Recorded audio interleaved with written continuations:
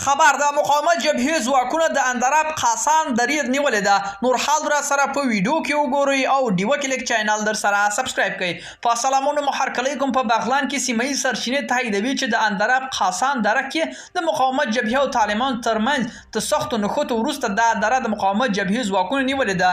د مقاومت جبهې ویان صبغت الله احمدي نن جمعه د وري پر 19 ته ویلي چې د جمعې ماښام د شپږو بجو د اندراب په دربند کاسه او تراشه او قاسان دره کې د مقاومت جبهې او طالبان ترمنځ سخت نښتې شوې دي.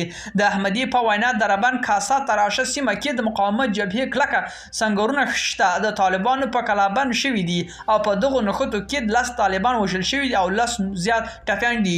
هغه زیاته کړې چې طالبان د تلفاتو په زغمولو سره د قاسه دره او دربند کاسه تراشه سیمې پرېښودې او دا سیمې اوس هم د مقاومت جبهې ځواکونو په واک کې دي. هڅه مو وکړه د قاسه درې د سقوط په اړه په بغلان کې د طالبانو سیمه‌ییزو مسؤلانو نظر واخلو، خو له پراخو هڅو سره بریالي نشو. ملګرو دا و زموږ چمتو شوی ویډیو. که ستاسو دې ویډیو په اړه کوم نظر پیشنهاد لري موږ سره په کومنټونو کې شریک کړئ او د لا ښکلو ویډیوګانو لپاره له موږ سره پاتې شئ. تر بیا ښې چارې.